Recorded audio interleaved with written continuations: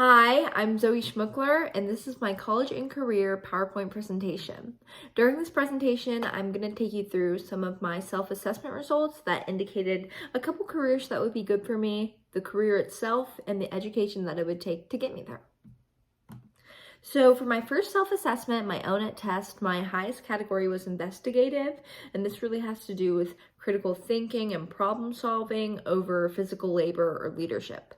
I was a little surprised because I am definitely a social person, so I thought I would score higher in that regard and in the leadership area, but I do love to use my critical thinking skills to solve problems and get work done.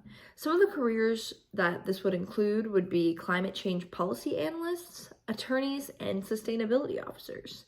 I have never really thought about sustainability or climate change in my career before, but I've always been interested in those topics, so it was definitely really cool to see that that was a possibility, and I'm super excited to research those further.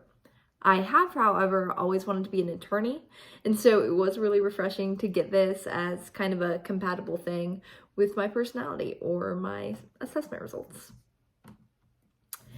For my career coach website, my top 3 traits were enterprising, investigative again, and social. For enterprising, it's kind of this ambition to organize and lead, and this really resonated with me because I am a very outspoken person and I love to lead whenever I get the opportunity. So this was definitely nice to hear, and I really thought it fit well with me.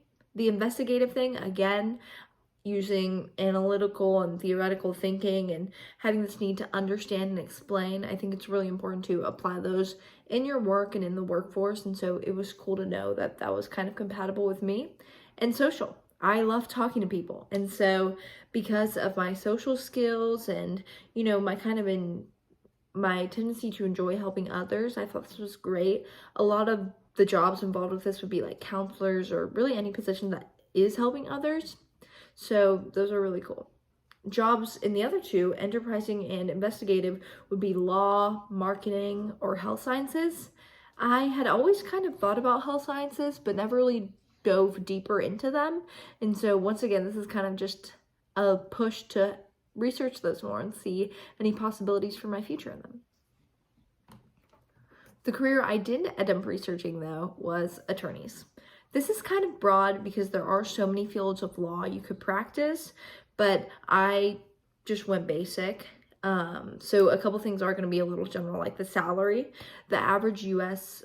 salary for an attorney is $130,000 a year, but this would obviously vary depending on the type of law you practice.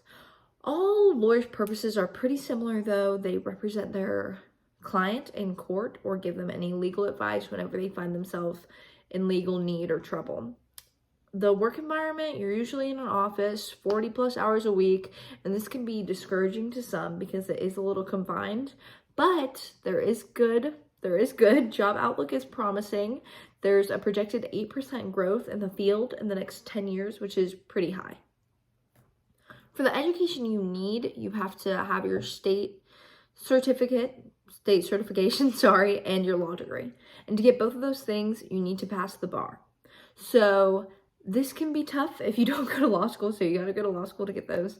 And a lot of people do 4-year university or community college before that as undergrad, and then go into grad school and take the LSAT to get into grad school. Speaking of grad school, the school I chose was Columbia Law. This is my dream school. I love New York City. I love the campus. I've been to the campus. It's amazing, and I want to go there so bad. The type of degree that you're getting is a Juris Doctorate or Doctor of Law, JD, and most law schools do require you to have an undergraduate degree to be accepted into their program. It doesn't matter, however, what your major was, as long as your stats were good enough to get in, so that's good news. The average plan, and at least my plan is to do 4-year university, hopefully UF, and then transfer to law school after that for 3 years. And some interesting facts, the acceptance rate has gone up. It was about 18% in 2012, and now it's around 22%. There are 15 different areas of study at the law school program that Columbia has, and the highest undergraduate major for students was political science. So I think that is definitely interesting to know if you want to pursue law, what majors you should kind of choose before that and at your university or wherever you go before. And just to summarize, just a reminder of what we covered. We went over self-assessment results, career research, which was an attorney, and the law school that you would have to go to, which is 4 years undergrad and then 3 years postgrad. Thank you so much, and that's my presentation.